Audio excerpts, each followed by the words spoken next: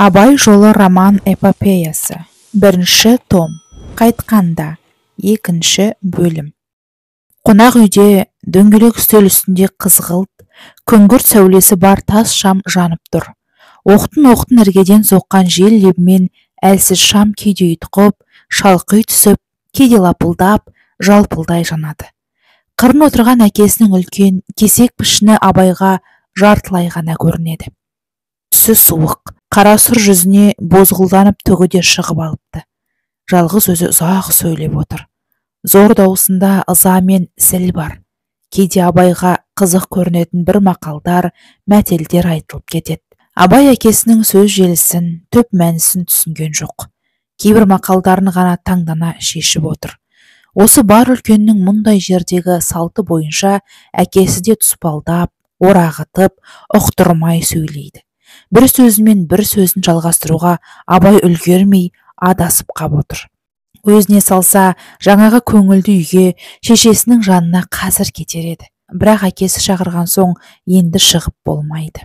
Сондықтан бір уақыт ол әке сөзінің сыртын ағымын тыңдайды. Кейбір өзі білмейтін қиын, жаңа сөздерін ұстап қалады.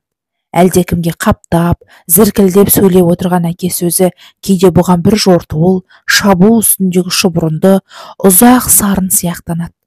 Кейде ұғымсыз сөзден іші пысып, әкесінің пішін, тұлғасына қарап қадалып қалады. Тегінде ертекші, өлеңші, не басқа әңгімеші адамға талай уақыт тапжылмай тесіле қарап қалу Абайдың кішкентай күнінен бергі әдеті еді. Адам пішіні әрдайым бұған бір тамаша, өзгеше қызық сурет тәрізденеді. Әсіресе әжімі мол үлкендер пішіні бір қызық хикая тәрізді.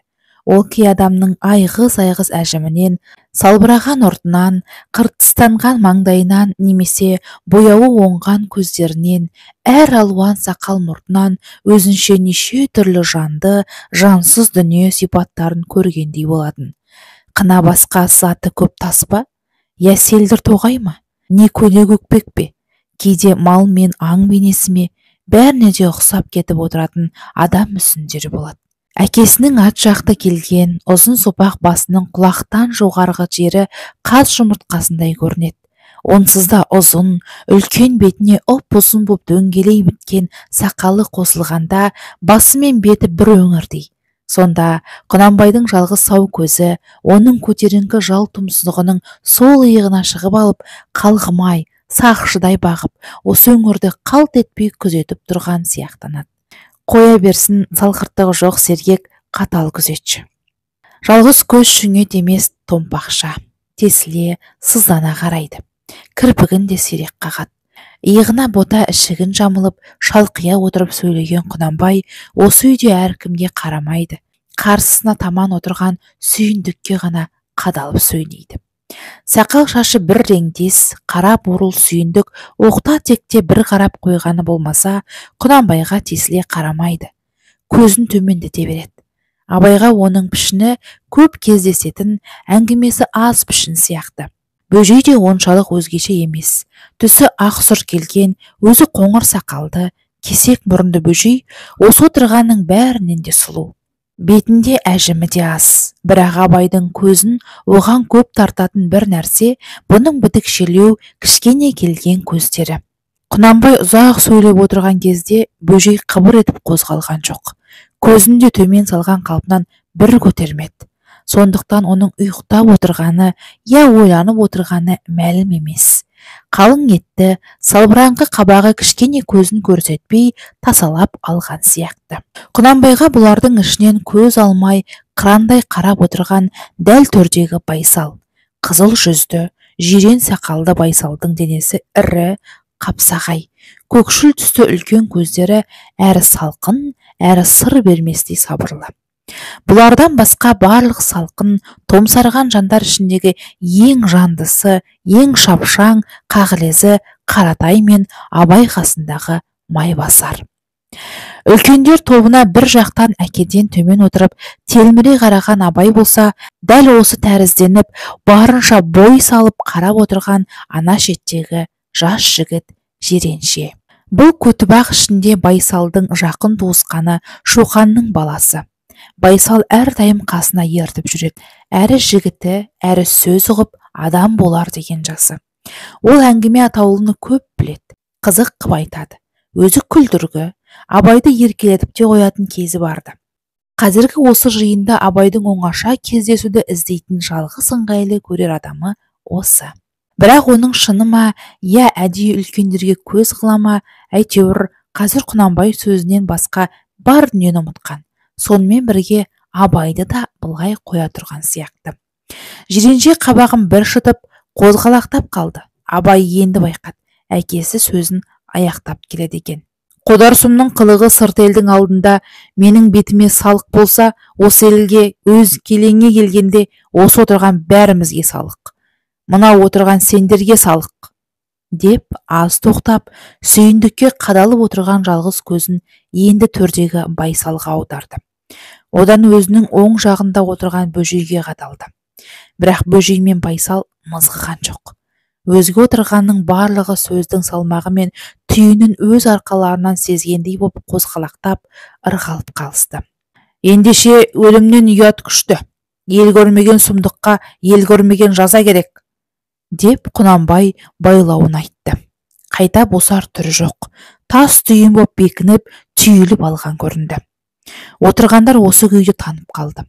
Құнанбайдың бұлай беттеп алғанда қайта оралар қайырымы жоқ, оны бәрі біледі. Не айтысып, шарпысып кету бар. Немесе іштен қоштамаған уақытта Байсал, бөжейдің бір тәсілі міндет мысалды Құнанбайдың өзіне бастатып, артын өзіне тастап кететін әдеті барды. Жан күйер жер болмағанда олар осы соңғы мінезді көп қолданатын. Екеуі де жаратып, тіс жарып сөйлемейтін. Бірақ Құнанбайдың мына сөзі үндемеске де қоймады, үндеуге де жібермейді. Дел сал етті. Үй іші бір талай уақыт жым-жырт отырды. Қодарды Абай білмеуші еді. Оған бұл ат әуелі қозы көрпеш баянның қодарын елестетті. Сұм дегеніне қарағанда да былтыр Байкөкше ақын бұның шешелеріне жырлап берген қодардың бейнесі сияқты. Қодар деп соған ұқсаған біреуді әдейі сол атпен айтып отыр ма деп ойлады. Жым-жырт жиынның ішінен алдымен сөйлеген Майысқақ Қаратай. Ол сұмдық екен рас. Ұлы қызыңның басына бермесін.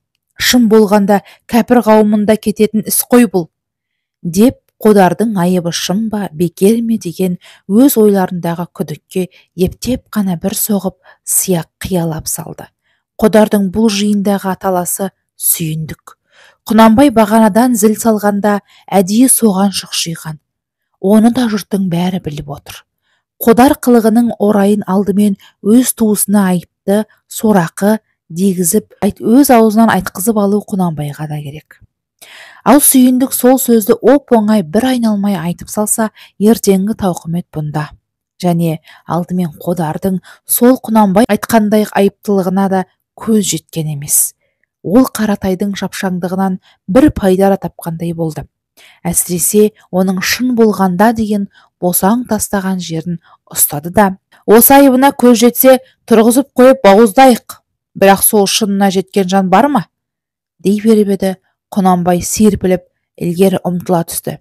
Ей Сүйіндік! Деп киіп кетіп ұрыса сөйледі. Ал бастыда қабаққа қарай басатын. Қыры жоқ, қасиеті жоқ басшы болса, ыбылыс жын ектемей нетеді. Адал десек, аман кезек, жан берейік, ақтайық, ақыретте айыбын өз мойнымызға алайық. Бірақ менің екі бірдей жаным жоқ. Майысар болсаң, жаныңды да берерсің. Беремісің жаныңды? Деп сарт етіп өзіне жабыса түсті. Сүйіндік Құнанбайдың бағанадан бергі зіліне енді ызалана бастап еді. Тастай алмай жүрген жаным жоқ. Терге демесем, жанымды ала ғой деп кепілге келіп бекенмін? Деп томсарып қалды. Мұның қолынан келген бар қарсылығы да осы еді. Баж еткенмен ықтап кеткен сықылды. Құнанбай сезді де енді жүйемен ұтпақ боп қуғынға салды. Тергесең Қодар сұмдығын аңыз ғып көпке жайып әкеткен елге терге. Ел тұрсын кешегі жиында бетімізге бұлш еткізіп жарып айтқан жатты терге. Соған да жеткен. Бар да өтірік деп соны иландырып келші. Ел аузына қақпақ болып көрші. Бірақ ол қолыңнан келмейді. Ендеше не ер бол да ақта, немесе илан да жазала. Жекжарықтығым, дүмбілезіңді көрсетпе, былқыл-сылқылыңды аулақ әкет, деді. Енді Сүйіндік те үндей алмай қалды. Аз бөгелген соң бағанадан Құнанбайға сыр алдырмай салқын ғана қарап отырған Байсал, қара деп жазалаған күнде мұның жазасы не болмақ деп еді. Құнанбай: жазасы шариғат жолы, шариғат не бұйырса сол болады. Мұндай сұмдыққа қазақ айтқан жол жоқ. Тегі алдыңғы ата бізден бақытты да, бұндай лағнетті өз тұсында көрмепті, кесігін де айтпапты, деді. Құнанбай бұған шейін ашумен, зілмен кеп, енді осы тұста күйзелгендік күй көрсетіп, осымен жиынның қабырғасын қайыстырғысы келген. Бәрі де тіреліп қалды. Ат тұмсығы бір бүтеу, меңіреу қабырғаға тірелген сияқты. Жалтара алмады да үндеспеді. Аз ойлағанда бөжей өз ішінен шариғат та жөнге қарайтын шығар, ақай жоқ, ноқай жоқ, көрінгенге бұйда бере бермес дегендей. Бірақ бұл ойын айтса, Құнанбай тағы бойлап тартып кетеді. Сондықтан үндеген жоқ. Тағы да шапшаң Қаратай: ал шариғат бұл қодар қылығынан не бұйырады екен, деді. Құнанбай бағанадан төмен отырған Жорға Жұмабайды енді ғана еске алғандай бұрыла қарады. Мына Жұмабай қалаға барып Ахмет Риза Хазіреттен фатуа сұрап келді. Жазасы дарға асу депті. Дарға? Деп Қаратай үркіп қалды. Бөжей Құнанбайға ажырайып тікісіне қарап еді, аямас түсі айқын екен. Барлық байлау осы болғаны ма? Ит те болса бауыр емес пе еді? Дегенде Құнанбай қынжыла түсіп: оны бауыр дегеннің бауыры езілсін. Шариғатпен шарпыспақпыз ба? Қодар емес, құтпаным болсын, қайтпаспын да тынбаспын, деді. Енді бұғалық әкететін бойлауық жеріне жеткен екен. Бөжей іші мұздай отырып: көзің жетсе мейлің білсін, дей салды да ойдағысын ішке бүгіп қалды. Байсал үн қатпаған күйде жым-жырт. Құнанбайды ақтамаса, бөжейді де құптаған жоқ. Сүйіндік те осы топтың дағдылы мінезіне басты. Ел де сенікі, ел ішіндегі тентек те сенікі. Қашқанның да, қуғанның да келетіні өзіңсің. Тек не бұйырсаң да тергеп алып бұйырғайсың. Қалғанын өзің біл, деді. Бұл бөжейдің қабағын баққан болатын. Өзі қалай көшерін айқын біле алмай, соның бір білгені бар шығар деген есеппен жалт берді. Тергеп алып білгеніңді қыл дегенді аяқтап келгенде әрқайсысы да бір-бір қайырғанды.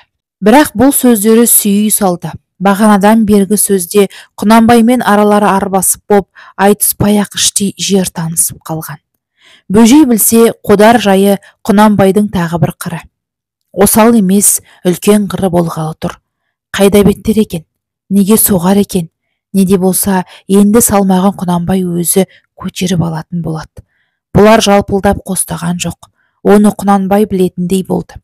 Түбінде дәл осы отырған кісілер осы жөнде ұстасса да қисыны бар. Сүйіндік бөжей жағының ойы осы болса, Құнанбай да өз есебін алдын ала, өз өлшеген бетпеннен ішіне ірікті. Жаңағыдан әрі жазылған жоқ. Пәлен етем деп кесікті пайлауын да айтпады. Осы отырған 5-6 адам дәл қазіргі күйінде пәлен мың үй тобықтының талай түйін, шытырман жайларын осы араға жиып әкеп отырған адамдар. Іштерінде көп қалтаға көп есептер салып кеп отырған атқамінерлер.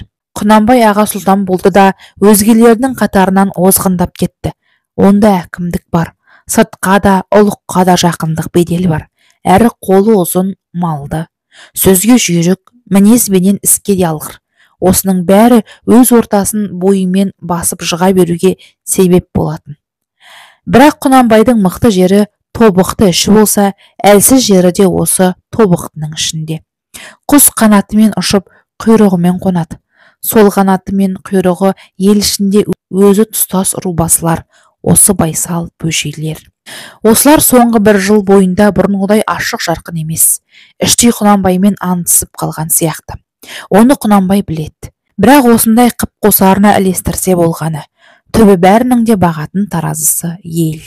Сол елдің алдында байлауды Құнанбаймен бірге байласқан осылар болған соң жетті. Күйсе Құнанбаймен бірге күйет, ал ішінде не жатыр, оны білмейді. Олай болса, Құнанбайдың да сырты бұлардың ішін білмеген, елемеген кісі тәрізді болатын. Тобықты көп рулы көп ел болғанмен, барлық үлкен шеңберінің таразысы осы отырған 5-6 адамның руларымен өлшенеді. Әсіресе рубасы осы адамдардың өздерімен салмақталады. Сонда Құнанбайдың оң жағында отырған бөжей қалың жігітектің адамы. Бұрын орталарынан Кеңгірбайды теріс азу мықты биі шыққан ел. Бертінде ұрыншақ, қолшыл болып және барымташы жорту болушы жігіт көп шықты. Шетіне сөзі бар сотқар жігітек. Байсал да сондай мол ру Көтібақтың тұрғысы. Тоқпақ жалды торы деп атағанда үйірі қалың айғырдай көптігінен атанған. Бұл әсіресе мал көбейтіп, жерді мол қамтуға тырысатын, көптігіне сеніп, анау-мынаудан онша қысылып қымтырыла қоймайтын ауылдар. Сүйіндік осы ағайынды елдер ішінде ең азы бөкеншінің кісісі. Мал дүниеге шағыны да осылар. Бөкеншінің кірмелеу туысы Борсақ. Жаңағы бұлар сөз қылған қодар сол Борсақ болатын. Құнанбай болса Ырғызбай руынан. Бұл бас жағына келгенде жігітектен де Көтібақтан да аз. Бірақ әрі малды, әрі көптен бері тобықтыны билеп төстеп келе жатқан ауылдар. Туыс жағына алғанда бөжей мен сүйіндіктен гөрі Құнанбайға Байсал жақын. Сойыл соғарға келгенде, қолға, санға келгенде Құнанбайдың мықтап сүйенетіні сол Байсал елі Көтібақ. Оны әлі күнге өз ырқынан шығарған емес. Қаратай болса бұлардың барлығына алыстау. Ара ағайын тәрізді Көкше деген рудың атқамінері. Аз да болса пысық және шөре-шөреде жүргендіктен бір мүшеден қалмай ілесіп отыратын. Осы отырған рубасылардың мінезі артта жүрген үлкенді кішілі атқамінер ақсақал, қарасақалының бәріне де мінез тәсіл бола жүреді.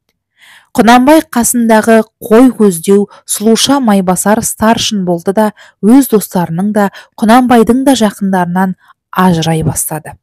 Қазір Құнанбай алдында жастан бергі дағдысы бойынша үндемей отырғанмен, бұл ерен бүлік сотқар адам. Құнанбайдың ұлықтығына бақмасы болған Ырғызбайдың басы осы. Бүгін бөжейлердің Құнанбаймен іштей суысуына себепші болған да осы майбасар. Бұдан 2 ай бұрын зықысы әбден шыққан ел бөжейді салып, Құнанбайдан майбасарды орнынан түсір деп тілеп еді. Құнанбай майбасар мінезін білсе де түсірмеді. Өз-өзінің қара күші, зілі сияқты болатын осындай бір майбасардың жүруін мақұл көрді. Үлкен бір есебі, анау жұртты шақар айғардай мойын салып қуып ықтырған уақытта ел арыз айта өзіме келеді, өз бауырыма қайырып беріп отырады, деп топшалаған. Қодар жайындағы сөздердің артын Құнанбай ашып шешкен жоқ. Аналардың емеурінен естті де қалғанын үндемей бітірді. Аздан соң сөзді басқа жаққа көшіріп, осы көктемде мал тойыны қандай, шөп шығымы қандай, көші-қонның мезгілі қандай болатынын айтып бастады. Биыл да бұл отырған барлығының кеңесі шығыс сыртындағы Бақанас, Байқошқарға шейін көшіп барыспақ. Ол керей қонысы болса, сол керейге мінбелей барып қонып, өзенді тағы да жылдағыдай баурай бермек болысты. Тобықтының осы жуандары малы аз ғана керейден сол 2 өзенді жылма-жыл қона жүріп тартып алмақ ниетте болатын. Бұл әңгімелерге келгенде барлық бағанағы томсарған жиын шешіліп жазыла сөйледі. Осы кезде жиренше Абайға ымғақты да тысқа шығып кетті. Абай Қодардың қылмысы не, өзі кім екенін білмеген қалпында болатын. Ол жалғыз-ақ Дарға асу деген жерде ішінен бір түрлі тіксініп қалды. Әкесіне сен алмай, сескене қарап, соны істейді-ау деп бір ойлады.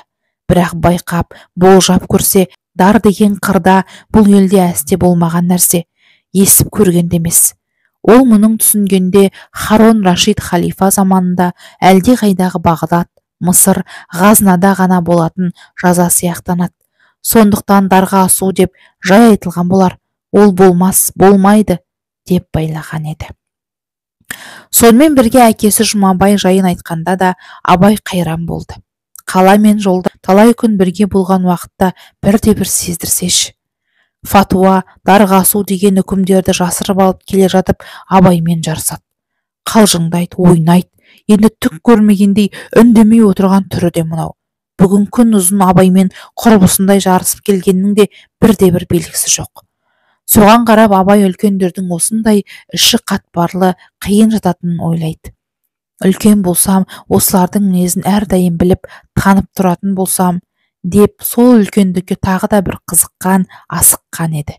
Абай үлкен болуға тегі асығатын, қызығатын. Енді есіне түсті. Жұмабай қалада бұған түсініксіз біраз мінездер істеген. Қазіретке сыйға апарам, Құнанбай жіберді деп, қысырдың бір семіз қара көк құнаншығарын жетектеп жүргенді. Абайдың молдасы және мештің имамы Ахмет Ризаның үйін сұрап алып, артынан абайға молданың үйіне ертіп жүр деп, бұны бірге де ала барған.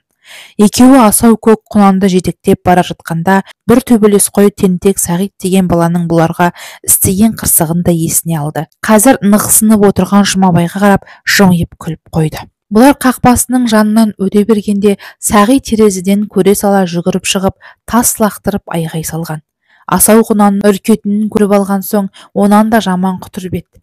Қақпаға қайта жүгіріп кіріп, шыбық алып шығып, бұғып келіп, асау құнан шаптан да түртіп қалған.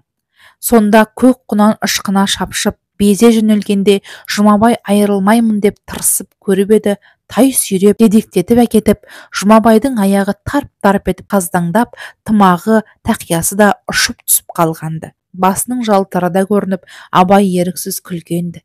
Асау тоқтамаған соң шылбырды беліне орап алған Жұмабай шалқайып табандап тартып, көше бойының құмын боратып, тағы да рәсуа болған. Бұл тұста Сағитқа қосылып, Абайдың да ішек сілесі қатып еді. Жұмабай көк құнанды зорға тоқтатып алған соң, Абай Сағитты маңайлатпай қуып жіберіп, сол бәледен Жұмабайды да, құнанды да өзі құтқарып шыққан. Бұлар Қазіреттің қорасына кіріп, асау құнанды ат қораға байлағанда, Қазірет өзі көріп, сыйлық екенін іші біліп, үн қатпаған болатын. Кейін үйге кіргенде Жұмабай Құнанбайдан сәлем айтты да, мына баласына өзіңіздің шәкіртіңізге фатихасын сұра деп еді, деген. Қазірет, бәрәкәлла, бәрәкәлла, бирахматика я архамар рахимин деп отырып, Абайға қол жайып бата бергенді. Содан әрі Қазіретпен не деп жауаптасудың бабын таба алмаған және тіпті шүлдіреген, кітапшылаған тілін ұға алмаған Жұмабай тағы бір ойдағы әңгімесін тұпа-тура қолма-қол бастап еді. Онысы Құнанбайдың айтқан сәлем екен. Сұрап кел деген бір үлкен сөз екен. Осы жөндерін айтты да, Жұмабай Абайға бір, Қазіретке бір қарап, бірақ ол жайын оңаша құпия сөйлесіп еді. Балам сен, деп Абайға оқтала бергенде, Қазірет те сезіп Абайға, Ибрахим, сіз қазір мәдрәсәға қайтыңыз балам. Бәс ауылға қайтмас бұрын миыңға кіріп, фатихамны алып кетіңіз, деді. Абай шығып кеткен. Соқалап отырып ойдағысын жеткізіп, жаңағы фатуаны сонда алып шыққан екен-ау бұл, деп ойлады. Өзін керек еткен сөз бен шырайды көрмеген соң, енді Абай да жиренше кеткеннен кейін біраздан соң ақырын сусып тысқа шықты. Бұл уақытта жиренше соңғы атқа шідер салып, отқа жіберіп жатыр екен. Есік ашылған жерден Абайды көрді де, ақырын дауыспен, Абай бері кел, мұнда кел, деді. Абай бұған жетер жетпестен, өй жиренше, жаңағы осы қодар кім? О не қылған? Айтшы, деді. Қодар жақыны жоқ, жалғыз үйлі бір борсақ. Ол қайда? Ол мына Шыңғыстың ет бөктерінде, бөкенші асуының бауырында. Ал ол не қылған? Сол биыл қыстыгүні жалғыз баласы өлгеннен кейін келінімен жақын бопты дейді. Ана кісілердің сұмдық деп отырғаны сол. Жақын? Қалайша? Не қалайшасы бар? Шөккен дейді. Не дейсің? Сықыр, шөккенді білмеуші мен? Бурамен інгенше, білесің? Деп жиренше өте бір тұрпайы қозғалыстар жасады. Ол үлкендер арасынан әбден іші пысып шығып, енді салқын далада азырақ ойнақы күйге кеп тұр еді. Абайды күлдірмек болатын, бірақ Абай күлер емес, көңілінде қатты қобалжу бар. Сол рас па екен? Деп Абай қадала сұрады. Бәсе, сол анық танығы мәлім емес, бірақ ел өсек қып әкетіпті. Сүйіндіктің жаңағы анығын білейік деу сол ғой, деп жиренше салмақты болып сөйлеп еді. Ендеше бекер жаладағы? Тіпті солай десетіндер де көп. Бірақ әнеугүні Құнекең мына сыбан ішіне топқа барса, сонда Солтабай төре осыны бетіне салық қыпты. Мына кісі төреге насыбай тастасаңшы дегенде, анау мен насыбайымды тастайын, бірақ Шыңғыстың бөктеріндегі шашты сайтанымды сен де қисаңшы деп бетіне алыпты дейді.